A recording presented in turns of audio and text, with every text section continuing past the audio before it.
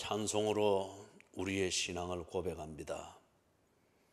그리고 이 찬송으로 주님을 향한 말로 표현하지 못하는 우리의 소원을 주께 아뢰입니다. 우리 마음을 감찰하시며 내가 내 하루 일과를 생각하는 것보다 더 정확하게 하시는 주여, 우리를 소원의 항구로 인도하시되 주여, 우리의 습관과 우리의 부족함 때문에 흔들림이 없도록, 방황함이 없도록, 헤매이지 아니하도록 그렇게 인도해 주시옵소서. 믿으면 되겠다고 우리 신앙의 선조들이 살아가면서 깨우쳤던 것처럼 이것을 우리 또한 오늘 하루 삶을 통하여 깊이 깨닫고 검증하게 하시고 확정되게 하셔서 믿음이 우리에게 막연하지 않도록 해 주시옵소서. 그리고 믿음을 감정으로 말하며 사는 것을 막연하고 추상적으로 살지 않도록 해 주시옵소서. 믿음이 우리의 손과 발이 되게 하시고, 믿음이 우리 보는 것이 되게 해 주시고, 믿음이 우리 고민의 내용이 되게 하시고, 믿음이 오늘 우리 하루 일과를 만들어내는 그 중심이 되게 해 주시옵소서. 주여, 권능을 주시옵소서. 능력을 주시옵소서. 주를 닮은 성품을 주시옵소서. 그리고 주님과 더불어 동행하는 지조를 주시고 절개를 주시옵소서. 하루 종일 주님과 동행이 되게 해 주시고 그것을 한순간도 잊지 않게 해 주시고 그 모든 것을 오늘 하루 종일 누리고 그것이 우리의 즐거움이 되게 해 주시옵소서. 하나님 아버지, 특세 마지막 이틀을 남기고 있습니다. 주여, 주께서 우리 교인들 개개인에게마다 정하신 뜻이 있는 줄로 압니다. 그 뜻을 이루고 순종하도록 하기 위하여 저들에게 성령으로 세례받게 하신 줄 믿습니다. 하나님 아버지여, 성령 없는 자처럼 헤매고 방황하지 않도록 해주시고 이제는 저들에게 임한 성령의 주도권 아래에서 주님의 뜻을 위하여서 세상이 감당하지 못할 그런 그리스도인으로 살 수 있도록 도와주시옵소서. 하나님 아버지여, 주신 은혜를 잘 관리하고 그 은혜를 잘 깨달으며 주의 인도하심을 제대로 따라갈 수 있는 준비가 되어져야 되겠사오니 남은 이틀 동안에 우리에게 계시의 영을 허락해 주시옵소서.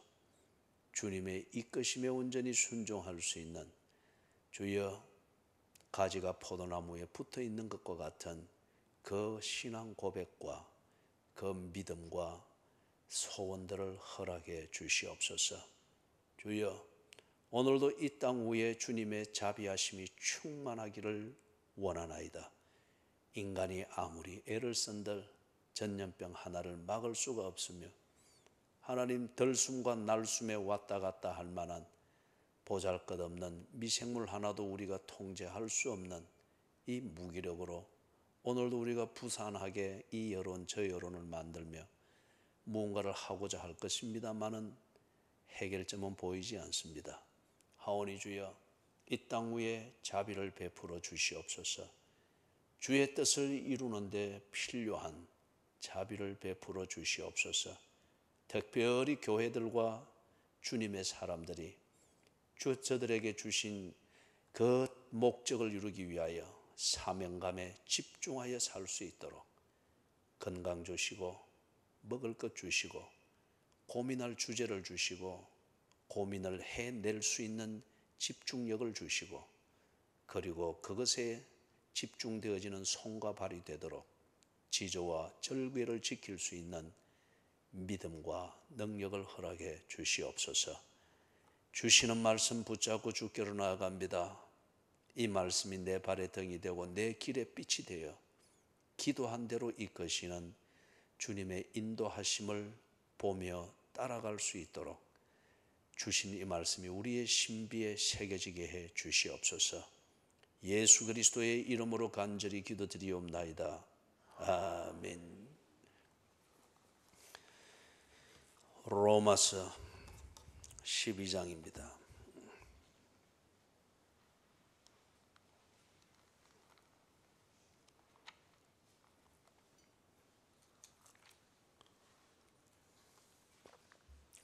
로마서 12장.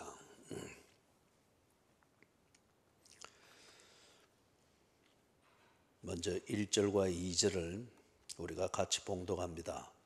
그러므로 형제들아, 내가 하나님의 모든 자비하심으로 너희를 권하노니 너희 몸을 하나님이 기뻐하시는 거룩한 산 제물로 드리라. 이는 너희가 드릴 영적 예배니라. 너희는 이 세대를 본받지 말고 오직 마음을 새롭게 함으로 변화를 받아 하나님의 선하시고 기뻐하시고 온전하신 뜻이 무엇인지 분별하도록 하라. 이걸 우리의 실제적인 표현으로 말하면 이건 우리의 일상생활입니다. 오늘 내가 사는 하루 일상이 어떻게 되어야 되느냐? 그러면 12장 1절 2절입니다. 이것을 우리가 교회의 용어로 말하면은 이게 우리가 하루 일상을 사는 그 의미입니다. 의미입니다. 신학적으로 말하면은 우리의 교회 용어로 말하면은 우리의 하루, 그리스도인이 사는 하루 일상은 하나님이 기뻐하실 만한 거룩한 산 제물로 드려지는 것. 이게 그리스도인이 사는 하루의 의미입니다. 하나님이 받으실 만한 제물이 되는 것. 그리고 성경이 이렇게 표현하는 것, 하나님이 받으실 만한 거룩한 산 제물이 되는 것. 이게 뭘 의미합니까? 그거는 하루 세 끼 먹으면서 우리가 만들어가는 하루 일상생활입니다. 그렇기 때문에 성경을 배우는 것과 하루를 사는 것은 절대 별개의 문제가 아닙니다. 같은 겁니다. 지금 우리가 특세를 3주를 하면서 하는 그 주제, 성령으로 충만케 된다. 성령으로 충만케 된 증거가 뭐냐? 하나님이 기뻐하실 만한 산 제물이 되는 겁니다. 어떻게 그렇게 됩니까? 하루 일상의 삶을 그리스도인답게 사는 겁니다. 그것이 12장 1절과 2절의 이 내용입니다. 그 다음 3절에서부터 저기 9절까지 3절에서부터 9절까지 제가 봉독하겠습니다. 내게 주신 은혜로 말미암아 너희 각 사람에게 말하노니 마땅히 생각할 그 이상의 생각을 품지 말고 오직 하나님께서 각 사람에게 나누어 주신 믿음의 분량대로 지혜롭게 생각하라. 자, 그러면 여기서 우리가 하루 일상을 사는 데 있어서 우리의 목적은 똑같습니다. 그리스도인답게 산다. 성령으로 충만케 되어진 성령의 뜻대로 산다. 그 다음에 또 다른 말로 우리가 자주 하는 거, 하나님께 영광이 되도록 산다. 이 면에 있어서 그리스도인은 동일합니다. 삶의 목적입니다. 그런데 이 큰 목적을 위하여서, 이 목적을 이루기 위해서 각자가 살아야 될 역할이 있습니다. 그것은 다 다릅니다. 쉬운 예로 어떤 사람은 주례에서 살아야 되고, 어떤 사람은 서동에서 살아야 되고, 어떤 사람은 부전동에서 살아야 되고, 어떤 사람은 연산동에서 살아야 되고, 어떤 사람은 아파트 살아야 되고, 어떤 사람은 단독주택 살아야 되고, 그 사는 방식이 다르고 역할이 다르다고 해서 그리스도인답게 살지 않는다, 그리 말할 수 없습니다. 오히려 그것이 그리해야 됩니다. 그리스도인답게 살아야 된다고 하는 것은 동일한 목적입니다. 이 목적을 위해서 구체적으로 하루 일상을 살면서 실천을 하는 것, 이것은 각자에게 주어진 역할에 충실해야 됩니다. 그렇기 때문에 여기 마땅히 생각할 그 이상의 생각을 품지 말라. 이게 어떤 면에서는 신앙생활의 오지랖이라고 할 수 있겠죠. 오지랖. 그렇게 하지 말고 오직 하나님께서 각 사람에게 나누어 주신 믿음의 분량대로 지혜롭게 생각해라. 다른 말로 말하면 지혜롭게 생각하는 게 뭐냐? 내게 주신 믿음의 분량이 무엇인지를 알고 거기에 맞게 처식을 하는 겁니다. 오지랖을 떨면서 처신하는 것, 그것은 어리석은 겁니다. 지 열정에 도취할 수 있거나 남이 볼 때 아주 열심 있는 사람으로 여겨질 수 있을지 모르나 어리석은 자입니다.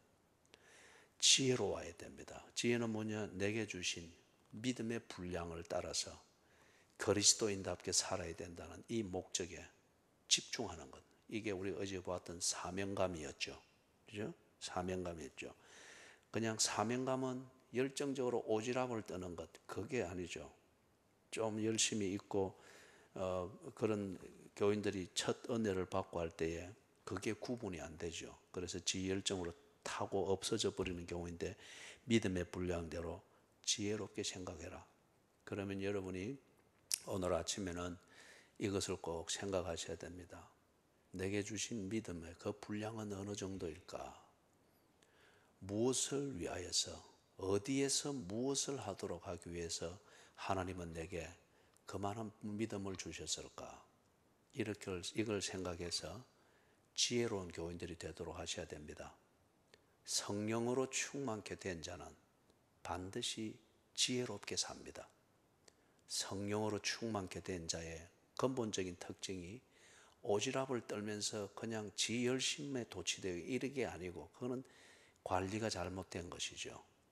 성령으로 충만케 된 자는 첫째 뭐라고요? 복음을 부끄러워하지 않습니다. 그리스도인인 것에 대해서 당당합니다. 그 다음에 그렇기 때문에 어떻게 한다고요? 복음이 증거되는 삶을 삽니다. 내가 사는 일상을 통해서 내가 믿는 하나님이 세상에 알려지고, 제일 먼저 내 배우자에게 알려지고 가족에게 알려지는, 복음이 증거되어지는 삶을 삽니다. 그리고 어제 보았던 것은 뭡니까? 성령으로 충만케 되어지면은 사명감을 가지고 삽니다. 사명감은 목적을 알고 목적을 이루기 위해서 집중하는 것, 이게 사명감이죠.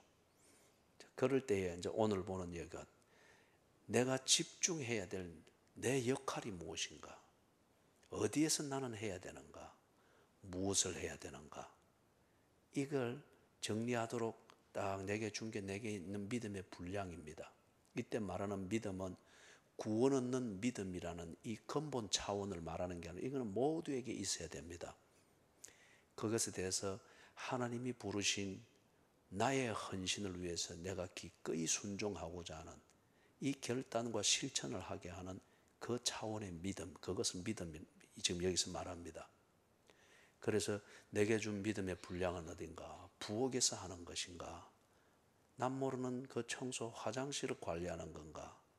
아니면은 아이를 데려왔을 때 예배를 드릴 수 있도록 아이를 관리해 주는, 그거 참 힘든 일입니다. 그것인가? 아니면은 가정에서, 아니면은 직장에서, 사회에서 다 그런 게 있을 겁니다. 그걸 위해서 내게 특별히 준 그 믿음의 분량, 이것을 알고 거기에 맞게 군소리 없이, 그죠? 남을 기웃거림이 없이 내게 이걸 주신 주님을 바라보고 그 마음을 생각하면서 하루 일과의 내용을 만들어가는 것, 그게 지혜입니다. 그게 또 참 지혜로운 그러한 교인들이죠. 제가 믿기로는 이번 특세 3주를 지나가면서 이 고민을 하게 하신, 그 성령님이 이 고민을 하게 하신 교인들이 있다고 생각합니다. 하나님의 큰 은혜입니다. 하나님의 큰 은혜입니다. 어쩌면 오지랖을 떠는 이 몸에 배인 체질을 정리해 주시는 성령님의 구체적인 그 임재지요. 성령으로 충만케 되어진 그 구체적인 증거입니다. 모두가 다 우리는 이 부분에 대해서 깊이 고민을 해야 됩니다. 이게 정리돼야 1절 2절에서 말한 하나님이 기뻐하시는 거룩한 산 제물로 드리는, 이게 구체적으로 실천이 될 수가 있습니다. 그 다음에 4절에서부터 9절, 먼저 4절 5절을 읽어보면 같이 읽어봅니다. 우리가 한 몸에 많은 지체를 가졌으나 모든 지체가 같은 기능을 가진 것이 아니니, 이와 같이 우리 많은 사람이 그리스도 안에서 한 몸이 되어 서로 지체가 되었느니라. 예를 들어서 설명을 하는 겁니다. 몸이라고 하는 것은 손이든 발이든 모두에 있어서 공통된 목적입니다.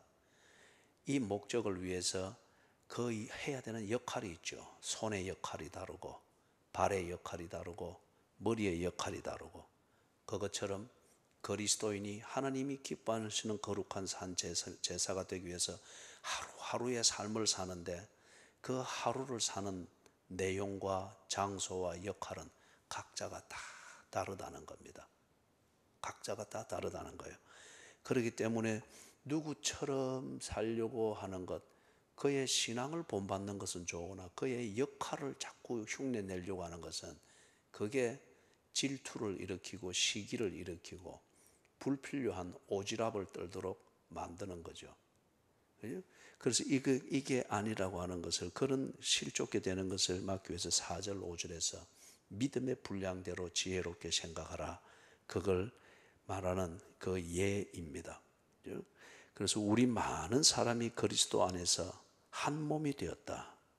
그러나 서로 지체가 되었으니 각 지체마다 역할이 있고 그게 있죠. 이게 딱 정리가 돼야 사명감이라고 하는 이게 제대로 발휘가 될 수 있죠. 자, 각 지체에게 주어진 역할을 위해서 성령이 우리에게 주시는 각자의 능력이 있답니다. 6절에서부터 9절인데 제가 읽어드립니다. 우리에게 주신 은혜대로 받은 은사가 각각 다르니, 여기 은사는 선물입니다. 다른 말로 말하면은 각자에게 주어진 믿음의 분량, 하나님이 기뻐하시는 거룩한 산 제사가 되는 그 일상을 살아낼 수 있도록 각자에게마다 필요한 은사를 주셨다는 겁니다. 이것은 그 사람에게 주어진 능력입니다. 거기 있음으로 말미암아서 자기의 역할을 해낼 수 있고 그 일상을 살 수 있다는 거죠.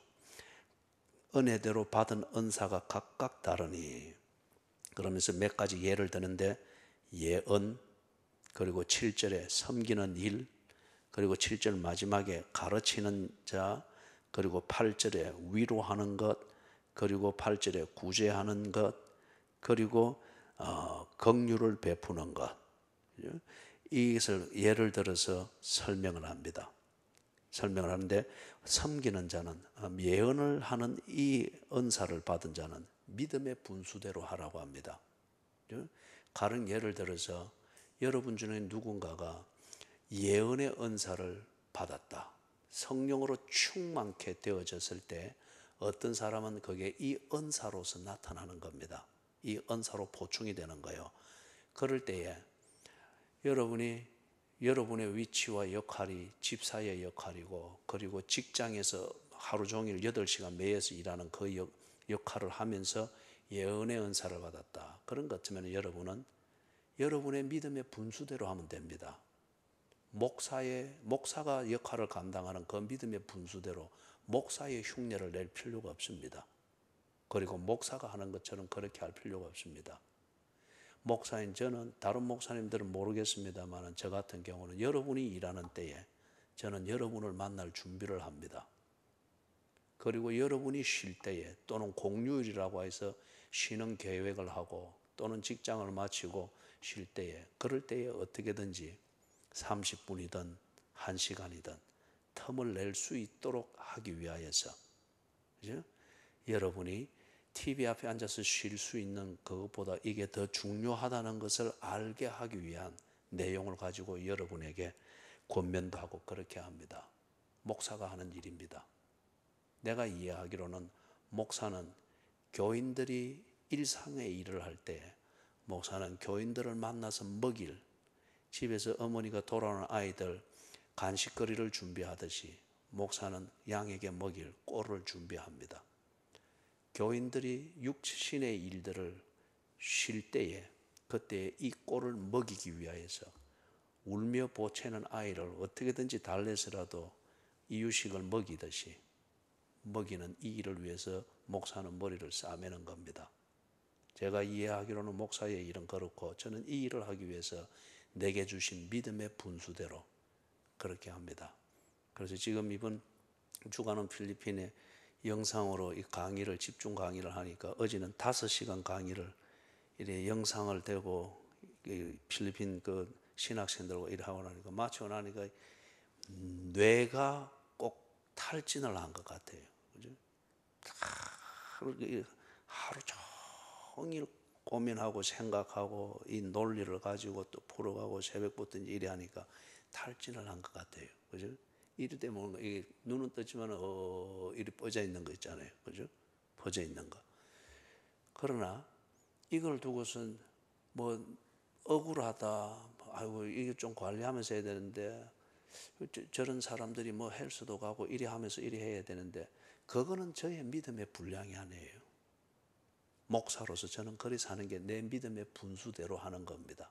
그리고 그 분수대로 하면서 목사가 걸려야 할 병이 있다면 그거는 당연한 겁니다. 그렇게 사는 삶의 패턴에서 얻을 수 있는 병이 있습니다. 그게 무서워서 조심은 해야 되겠으나 그게 무서워서 목사가 걸어야 될 길을 피해가면서 그렇게 사는 것은 내 믿음의 분수대로 하는 건 아니죠. 마찬가지로 여러분이 예언의 은사를 받았다고 하면 목사가 하듯이 그럴 필요가 없습니다. 그리고 그 예언의 은사를 위하여서 굳이 억지로 신학교 가야 된다면 그렇게 무리하게 생각할 필요가 없습니다. 여러분에게 주어진 예언의 은사가 목사가 되어서 성직자로서 그리 해야 되는 것이 그러시면 성령님이 또한 그렇게 인도하실 거예요. 믿음의 분수대로 예언할 것이며, 그래서 이걸 안 지키면 이만희가 되고 박태선이 되고 아니면 부패한 기생충 같은 성직자가 되는 겁니다.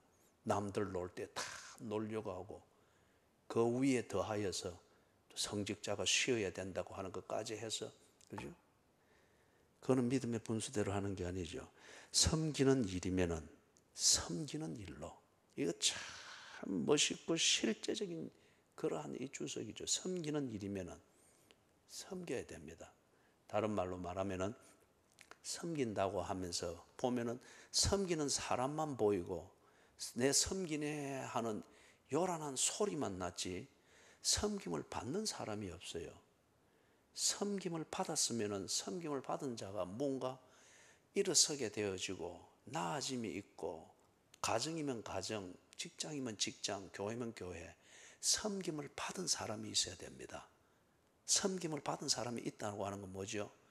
그가 그것을 통하여서 예수를 알아가며 사람다워지며 자기의 정체성을 찾으며 그리고 복음에 대하여서 자신감을 가지며 이런 결과들이 다 나타나야죠. 그런데 섬기는 사람만 요란하고 그리고 섬기는 프로그램만 요란하고 그거는 섬긴다는 말로 오지랖을 떠는 것밖에는 안 되는 거죠. 이게 오늘날 한국 교회의 문제입니다. 그죠? 한국 교회의 문제예요. 이 세속에서 말하는 자기 관리의 그 이론이 여과 없이 들어와서 복음을 대체한 결과죠. 그죠? 네 하고 싶은 것을 해라. 네 하고 싶은 걸 하고 네가 기쁠 때 네가 자존감이 있는 거야. 그걸 위해서 네 해보고 싶은 걸 해라. 이게 섬기는 일, 교회의 봉사로 그런 식으로 대치가 된 거예요. 행태는 비슷한데 본질은 다른 겁니다. 교회에서 가르치는 섬김은 섬김을 받는 자를 위하여서, 그를 세우기 위하여서 누군가에게는 성령님이 섬기는 일을, 이 은사를 주시면서 성령으로 충만케 하신 겁니다. 그 다음에 좀 더 지켜볼 것은 가르치는 자. 가르치는 자면 가르치는 일로. 예. 이 가르치는 자는 권위를 부리는 게 아닙니다. 그리고 이 세속에서는, 그리고 바울이 이것을 쓸 때의 그 당시 지중해 사회에서는 가르치는 자는 버젓이 늘 있고 배움을 받고자 하는 자가 늘 찾아와야 됩니다. 그러나 성령으로 충만케 되어진 자, 그리고 그리스도인이 성령의 은사로 받아서 가르치는 은사가 있을 때는 찾아가야 됩니다. 찾아가야 됩니다. 내게 찾아오면 가르쳐 주겠다는 식으로. 이게 오늘날 한국 교회의 목사들의 타락입니다. 그죠? 목사들이 언제나 모여 있으면 내가 가겠다. 불러주면 가겠다. 그리고 뭔가 목마름이 있으면 찾아오라. 그러니 늘 사변적인 이론이나 읽고 그런 것이나 준비해서 말들은 근사하여 그러나 성령의 역동성, 그래서 야성적이고 복음의 피 묻은 복음의 피비린내를 맡고 그 복음 앞에서 참 하나님의 은혜를 구하는 이러한 결과물들이 없단 말이에요. 가르치는 자는 가르치는 일로. 그렇기 때문에 예수님은 주무시고 식사할 시간이 없을 정도로 가르침을 받아야 할 자들을 찾아다녔습니다. 그리고 그들이 가르침을 받을 수 있도록 필요하면 능력을 행하셔서 집중하게 한 다음 가르치셨습니다. 이런 은사를 주시는 것은 어떤 자는 이렇게 해서 성령으로 충만하게 되어진 그 그리스도인의 삶, 사명감에 집중하여 살죠. 바울이 이 은사를 가진 자 중에 한 명이었죠. 그렇기 때문에 가르침을 받아야 할 자들을 찾아다니기 위해서 바울이 예수 믿고 난 뒤 30대에 예수 믿고 난 뒤 남은 그 생에 약 30여 년을 가르치는 일을 위하여서 다녔습니다. 위로하는 자는 위로하는 일로. 참 이게 이 은사도 정말 필요합니다. 그죠? 되게 많은 경우에 보면 이 힘없는 자들이 그리 이야기합니다. 위로를 한답시고 하는, 또는 교회가 구제한답시고 하는 그것 때문에 크게 오히려 상처를 받습니다. 이게 왜 그렇습니까? 앞에서 그 섬기는 일, 그것을 통해서 우리가 보았던 것처럼 위로하는다 이럴 때에 대개는 보면은 가르치려고 그래요.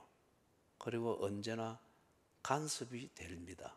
그죠? 말 끝에 한 말 어려움을 말하면은 거기에 대해서 꼭 답을 이야기를 하려고 하고 꼭 코치를 하려고 한단 말이에요.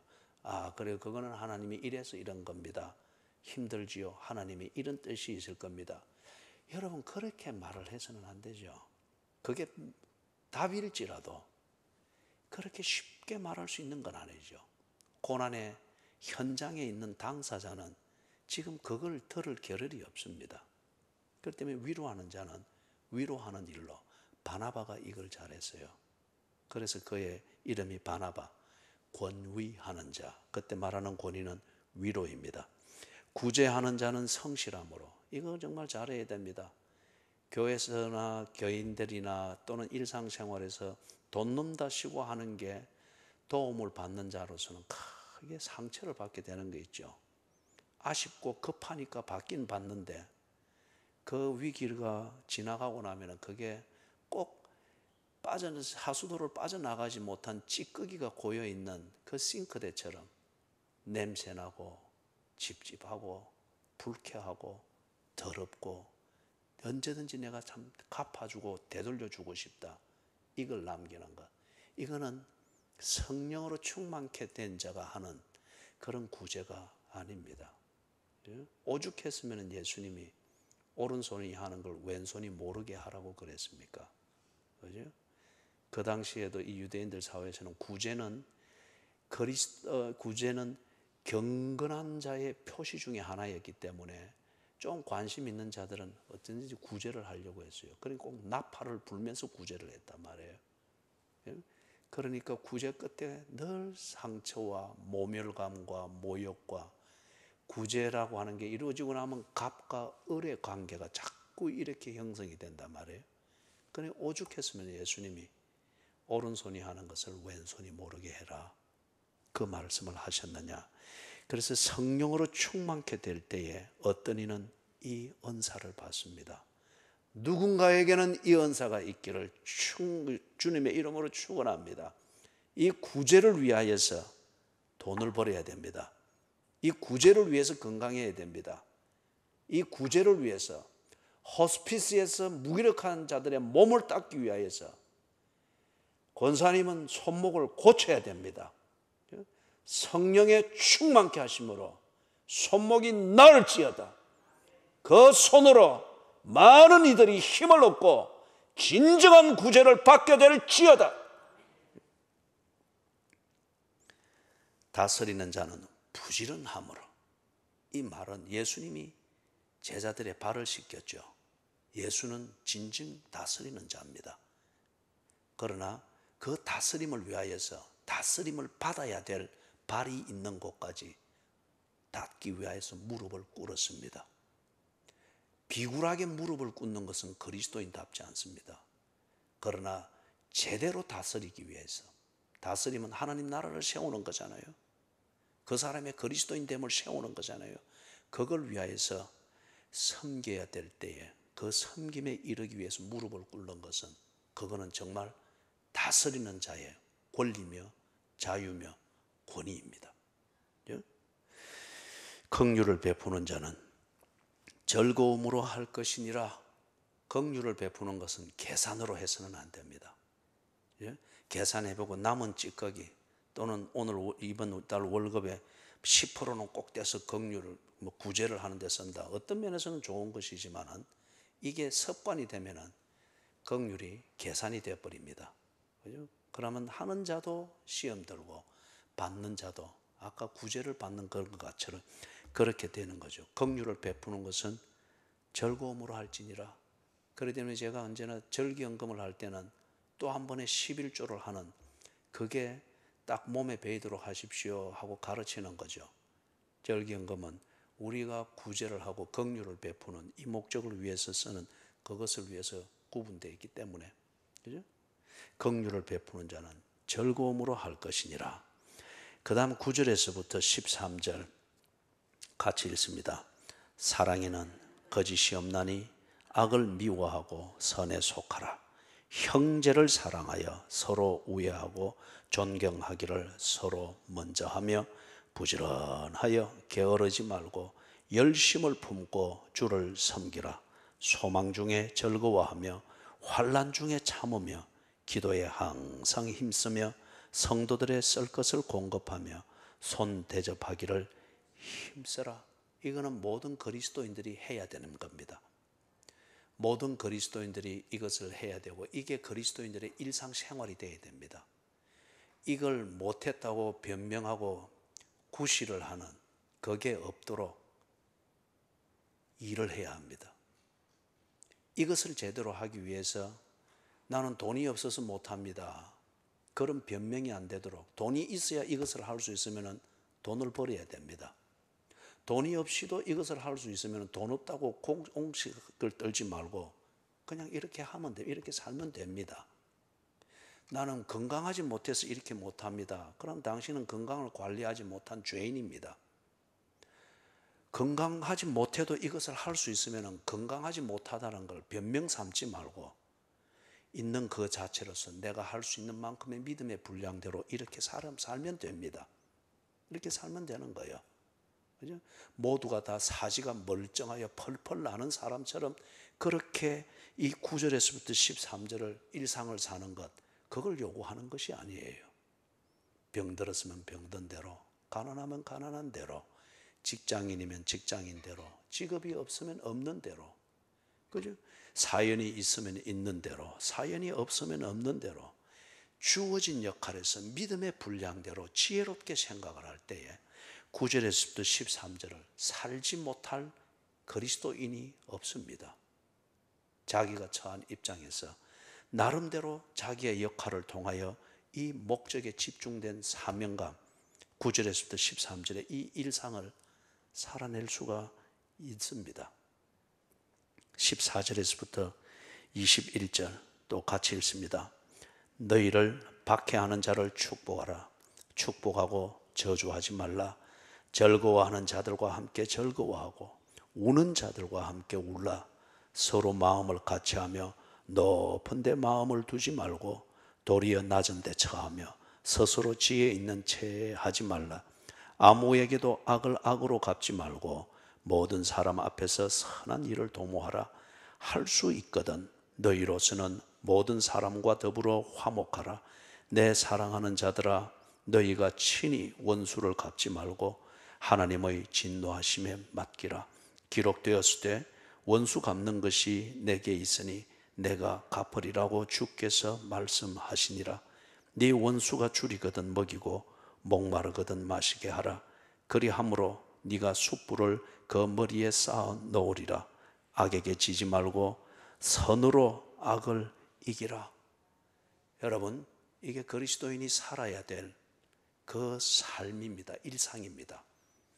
하나님이 기뻐하시는 거룩한 산 제물이 된 그리스도인의 모습은 이것입니다. 번제물이 된 짐승은 번제단 위에서 피를 흘립니다. 그게 번제물이 된 짐승의 표시입니다. 하나님이 기뻐하시는 산 제물이 된 그 번제물이 된 그리스도인, 그의 표시는 붉은 피가 흐르는 것이 아니고 여기 14절에서부터 21절 이 일상의 내용이 쭉쭉 묻어나오는 겁니다. 그럴 때에 그가 12장 1절에서부터 2절에 말하는 하나님이 기뻐하시는 거룩한 산 제물이 된 하루 일과를 살고 있다는 거죠. 이걸 제대로 해내기 위해서 성령이 충만하게 임하시는 겁니다. 충만하게 임하시는데 어떤 사람은 보니까 남을 구제하는 일에 있어서 아주 옹색하니 그 부분에 대해서 은사를 주십니다. 그래서 그것 때문에 제물이 되지 못하는 일상을 살지 못하는 일이 없도록 성령으로 충만케 하십니다. 어떤 사람은 보니까 성경을 이해하고 이것을 받는 게 여전히 세속의 논리의 틀에 매여가지고 이 부분이 넘지 못하니 이렇게 거룩한 산 제물이 되는 이 일상을 살지 못합니다.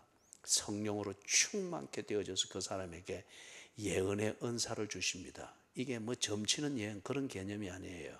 하나님의 말씀을 잘 알고 그 말씀대로 깨달으며 순종하고자 하는 그겁니다. 어떤 사람은 오지랖은 넓은데 그런데 하나도 열매 맺는 것이 오히려 자꾸 상처만 내고 간섭만 하고 이렇게 되어지니 그 사람에게 성령으로 충만케 되어질 때 그 사람에게 섬기는 은사를 줍니다. 그래서 이제는 오지랖을 떠는 것이 아니라 섬기고 어떤 사람은 긍휼, 어떤 사람은 구제, 그렇게 해서 여기 14절에서부터 21절에 말하는 이 하나님이 기뻐하시는 거룩한 산 제물이 된 이 영적 피를 흘리게 하는 거예요. 그래서 산 제물이 된 것을 보여줍니다. 넘어가서 13장 8절, 9절, 10절 제가 읽습니다. 제가 봉독해 드립니다. 피차 사랑의 빛 외에는 아무에게든지 아무 빛도 지지 말라. 남을 사랑하는 자는 율법을 다 이루었느니라. 여기서 잠깐 코멘트를 해야 되는 것은 피차 사랑의 빛 외에는 아무에게도 아무 빛도 지지 말라. 이걸 오도를 해가지고 남에게 받는 것, 이걸 합리화하는 그런 식으로 이걸 오도를 하는데 이건 그걸 말하는 게 아니에요. 내가 남에게 사랑을 베풀어야 될 것, 이 책임이 내게는 사랑의 빚입니다. 성경이 그리 말했잖아요. 네 이웃을 네 몸처럼 사랑해라. 그리 했지 네게 사랑을 베푸는 자가 지 몸처럼 네를 사랑하는지 그걸 살피고 판단해라. 성경은 절대 그걸 말하지 않았습니다. 그래서 옹색하게 게을러 터지고 늘 무의도식하는 게 몸에 배에 있으면서 그러면서 남이 주는 것, 남이 베풀어 주는 것, 이해해 주는 것, 좀 구제해 주는 것 이걸 받으면서 생색을 내면서 이건 사랑의 빛이기 때문에 내가 받습니다. 그런데 내가 참 미안은 합니다. 이제는 그런 윗선을 떠는 것을 고쳐야 됩니다. 우리 자신에게 그런 게 있다면 그거는 성경을 오도하는 겁니다. 그리고 그런 것을 가정에나 아니면은 내가 교제하는 관계 속에서 그런 게 보이고 그런 체질이 있으면은 하나님의 모든 자비하심으로 그들이 성경을 바로 알도록 성령으로 충만케 되어서 여러분이 받은 예언의 은사를 실천을 하십시오. 그것은 그런 게 아닙니다. 내 이웃을 내 몸처럼 사랑해야 될 이 그리스도인의 책임을 다해야 되는 것, 이걸 말합니다. 그걸 못하는 것, 그것은 내게 언제나 빚입니다. 그래서 이 8절에서 근거해서 말하면 우리의 하루 일과는 빚 갚는 생활입니다. 무슨 빚이죠? 내가 마땅히 실천해야 될 그 사랑을 실천하는 것이 내게 주어진 하루 생활의 의미입니다. 이게 사랑의 빚입니다. 그죠? 이 빚을 제대로 갚는 것을 하기 위해서 어떤 사람에게는 섬기는 은사를 주었고, 어떤 사람에게는 구제의 은사를, 어떤 사람은 긍휼을 베푸는 은사, 어떤 사람은 가르치는 은사, 어떤 사람에게는 다스리는 은사, 어떤 사람에게는 예언의 은사. 왜 그 은사들을 주었느냐 말이에요. 그 사람에게는 그것이 부족하니까 늘 받으려고만 했지, 사랑을 마땅히 베풀어야 될 빛과 같은 사랑을 베푸는 이것의 사명감을 가지고 하루를 못 살더란 말이에요.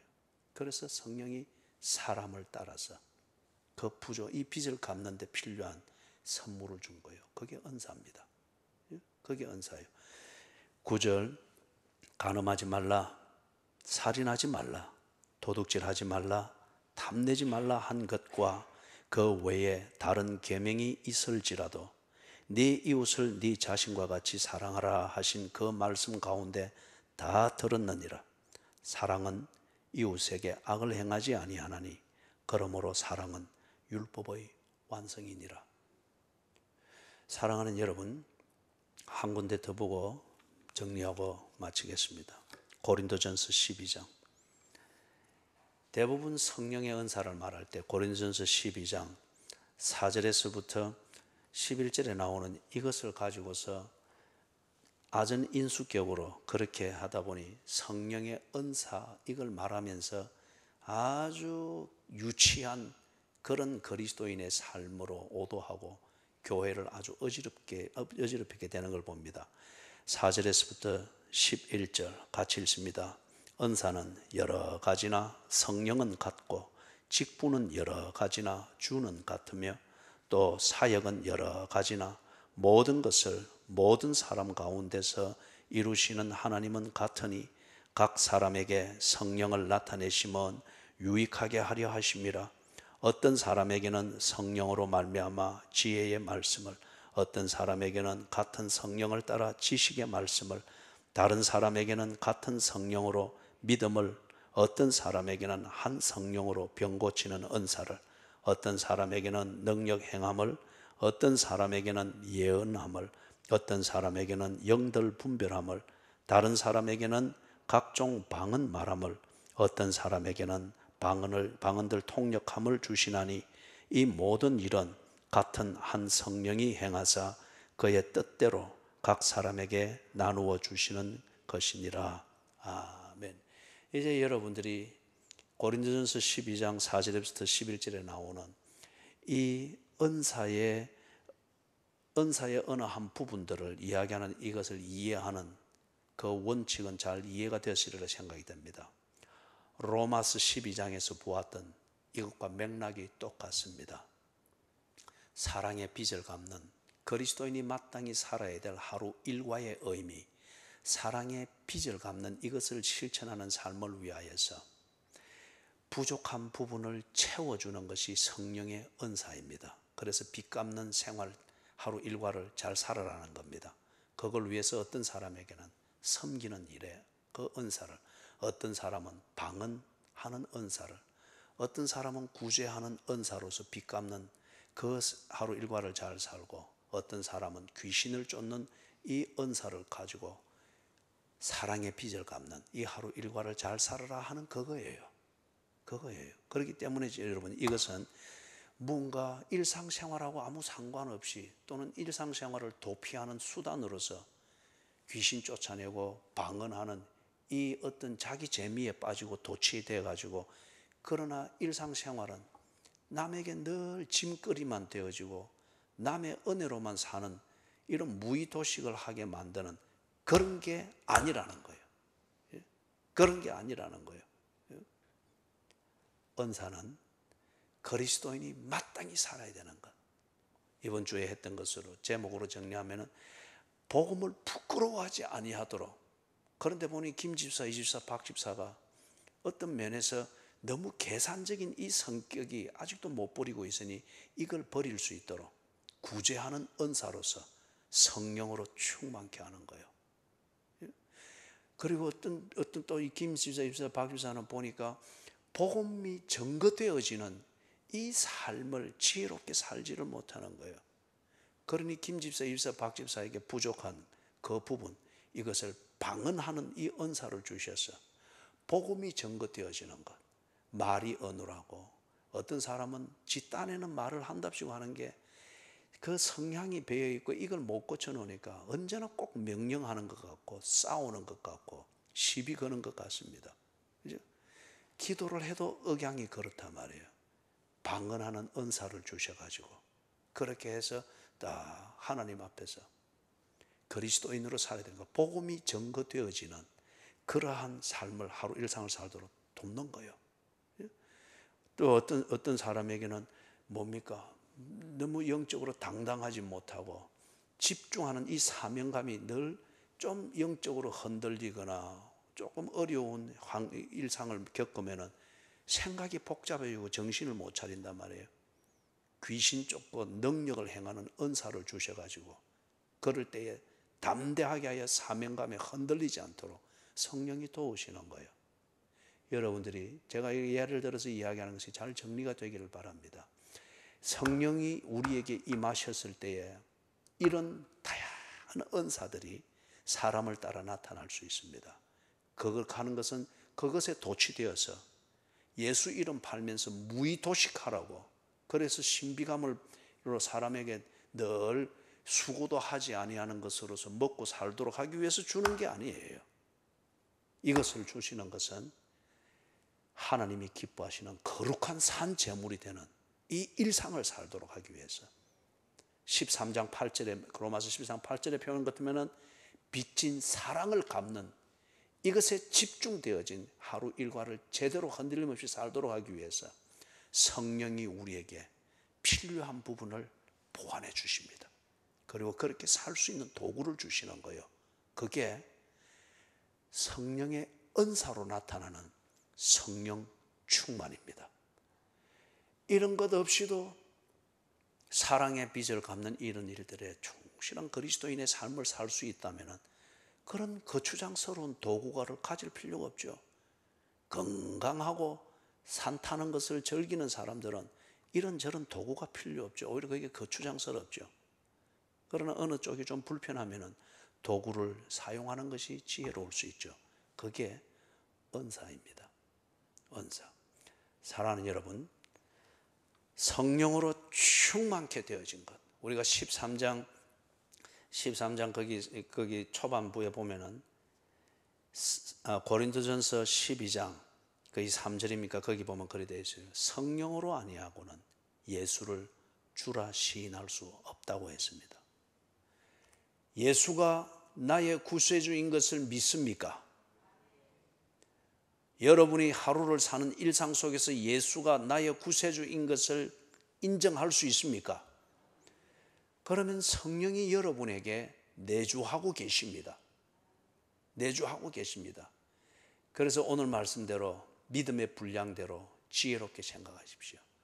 내 안에 계신 성령님이 나를 그리스도인답게 살기 위해서, 내가 살아내야 될 이 하루의 삶을 위해서 내게 부족한 그 부분을 어떻게 인도하시는가 살펴보십시오. 성령이 여러분에게 충만하게 임했음을 보게 될 것입니다. 그죠? 그래서 우리 모두가 다 지고 있는 빚을 갚는 것, 즉 피차 사랑하는 것, 이것을 갚는 이 일에 성실하고 충실하고, 그리고 하루를 마감할 때에 갚지 못한 빚으로 인하여서 쫓기는 심정으로 잠들미 없이 빚을 깨끗이 갚은 자의 그 후련함, 쾌감, 보람, 그것으로 늘 하루를 마감하는 이 은혜를 누리게 되시기를 주님의 이름으로 축원합니다.